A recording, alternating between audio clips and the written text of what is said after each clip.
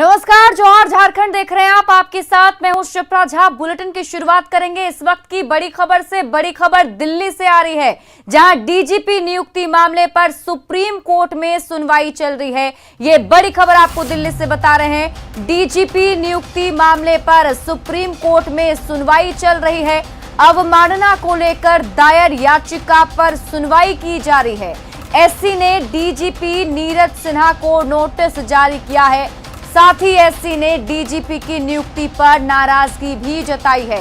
तो ये सुनवाई हो चुकी है, आपको बता रहे हैं। डीजीपी नियुक्ति में एससी ने जो आदेश दिए हैं उसके मुताबिक बताया गया है कि एससी के आदेश के उल्लंघन का आरोप डीजीपी पर लगा है। इससे पहले राज्य सरकार ने एमवी राव को प्रभारी डीजीपी बनाया और फिर उन्हें हटाकर नीरज सिन्हा को डीजीपी बना दिया गया था। राज्य सरकार की ओर से ऐसा किया जाना गलत है, सुप्रीम कोर्ट की तरफ से कहा गया है। तो आपको बता दें, ये दिल्ली से बड़ी खबर आपको बता रहे हैं, जहां आज डीजीपी नियुक्ति मामले को लेकर सुप्रीम कोर्ट में सुनवाई हुई, जिसमें कोर्ट में अवमानना को लेकर दायर याचिका पर यह सुनवाई की जा रही थी।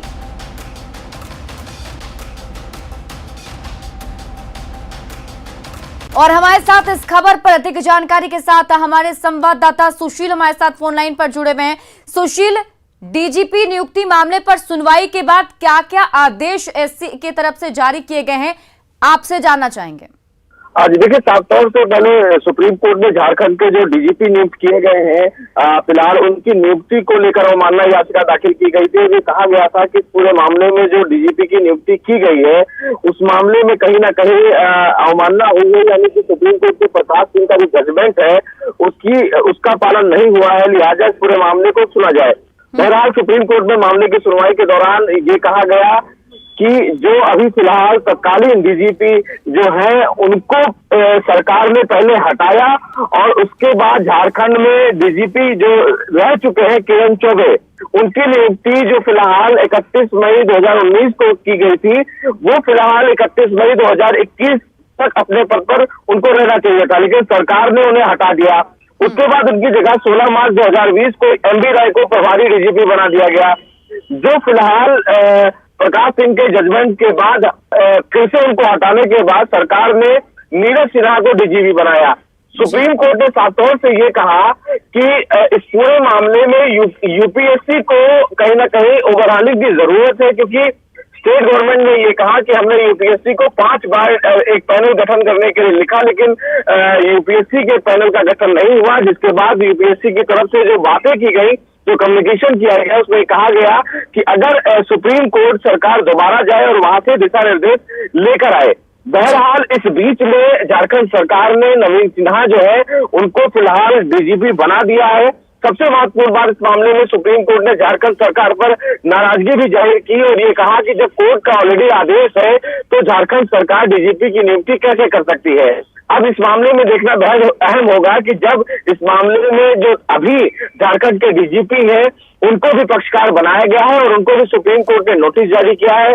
2 हफ्ते के बाद सुप्रीम कोर्ट झारखंड सरकार को भी सुनेगा और डीजीपी को सुनेगा। सबसे महत्वपूर्ण बात इस मामले में देखना ये होगा कि प्रकाश सिंह के जजमेंट के मुताबिक क्या झारखंड सरकार ने प्रकाश सिंह के जो जजमेंट है उसका पालन किया है, या फिर नए डीजीपी की नियुक्ति को लेकर सुप्रीम कोर्ट से कोई बड़ा आदेश झारखंड सरकार के लिए जारी किया। जी, बहुत बहुत शुक्रिया तमाम जानकारी के लिए। और देखिए, इस खबर पर अधिक जानकारी के साथ हमारे झारखंड संपादक संतोष कुमारी फोन लाइन पर जुड़े हुए हैं, उनसे भी अपडेट लेते हैं। संतोष जी, देखिए, एक कड़ी नाराजगी सुप्रीम कोर्ट ने जताई है सरकार के इस फैसले को लेकर। क्या लगता है किस तरीके से इसको देखा जाए?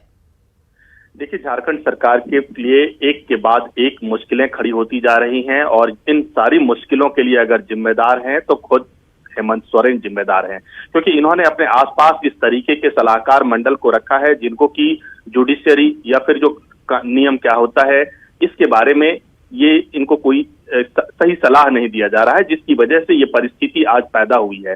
हमने अपने पिछले रिपोर्ट में, जिस दिन सुप्रीम कोर्ट ने झारखंड सरकार को अवमानना के मामले में क्यों नहीं उनको नोटिस, उनके ऊपर अवमानना का केस चलाया जाए, इस मामले में जब सुप्रीम कोर्ट का नोटिस मिला था झारखंड सरकार को, उस दिन भी हम लोग कह रहे थे कि इन्होंने बैकडेट में, उस दिन के बाद बैकडेट में इन्होंने डीजीपी का अपॉइंटमेंट किया और उस 13 तारीख को अपॉइंटमेंट की तारीख 16 तारीख को दिखाना, 16 तारीख को सार्वजनिक करना, अगर ऐसा ही था तो फिर सुप्रीम कोर्ट हो सकता है कि इस पर जो हम लोग उस दिन भी कह रहे थे कि एक ऑब्जर्वर अपॉइंट करेगा और उस ऑब्जर्वर और एक फॉरेंसिक जांच भी कराएगा कि जिस कंप्यूटर से वो प्रिंट आउट निकला है, जिस कंप्यूटर पे वो जारी हुआ था, उस कंप्यूटर के फॉरेंसिक जांच के आधार पर यह देखा जाएगा कि क्या सुप्रीम कोर्ट में जिस दिन सुनवाई हुई, जिस दिन नोटिस भेजा, उसके 3 दिन पहले का ये सर्कुलर नोटिफिकेशन था या उसको बैकडेट से दिया गया।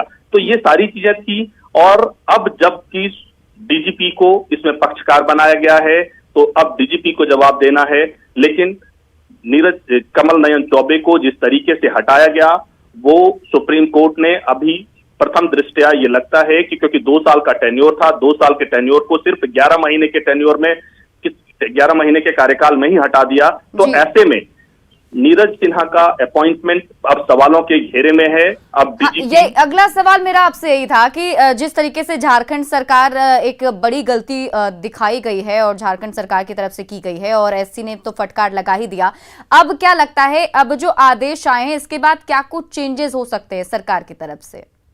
देखिए अभी आदेश नहीं है, अभी सरकार अगली सुनवाई होगी, अगली सुनवाई में ये सरकार को अपना पक्ष रखना पड़ेगा क्योंकि कोई भी डीजीपी के अपॉइंटमेंट से पहले ये बहुत जरूरी होता है कि उसका उसका क्लियरेंस की जरूरत होती है कि उसका और इस मामले में क्योंकि इनका नाम यूपीएससी के नाम लिस्ट में जरूर था नीरज सिन्हा का, लेकिन इनके लिए जो क्लियरेंस ड्यू प्रोसेस होता है वो प्रोसेस फॉलो नहीं हुआ। आपके पास कहां सीवीसी क्लियरेंस था? आपके पास जो सीवीसी का क्लियरेंस होना चाहिए था डीजीपी के लिए वो क्लियरेंस नहीं था और इस तरीके से आपने मान लिया कि जो 3 नाम दिए गए उसमें से बाकी के 2 नाम पे चर्चा उसको आपने अपने मन से बना दिया। इसलिए सुप्रीम कोर्ट के आज की जो सुनवाई हुई उसमें यूपीएससी के ऊपर भी सवाल उठाया है। यूपीएससी में भी ओवरवेलमिंग की जरूरत है क्योंकि उसे भी निगहबानी करनी थी, उसको देखना था कि राज्यों में क्या हो रहा है नहीं हो रहा है, वो उसने अपनी जिम्मेदारी भी उस तरीके से सही तरीके से नहीं निभा पाया। इसको लेकर भी सुप्रीम कोर्ट नाराज था। अब जब 2 हफ्ते बाद सुनवाई होगी तो आगे देखना होगा कि सरकार किस तरीके से पक्ष रखती है, लेकिन सरकार मुश्किल में घिर चुकी है और दूसरा यहाँ के डीजीपी भी अब सवालों के घेरे में घिर चुके हैं। डीजीपी के अपॉइंटमेंट पर अब सवालिया निशान खड़ा हो गया है। बहुत बहुत शुक्रिया तमाम जानकारी के लिए संतोष। और गढ़वा में नगर उटारी थाना क्षेत्र के जंगी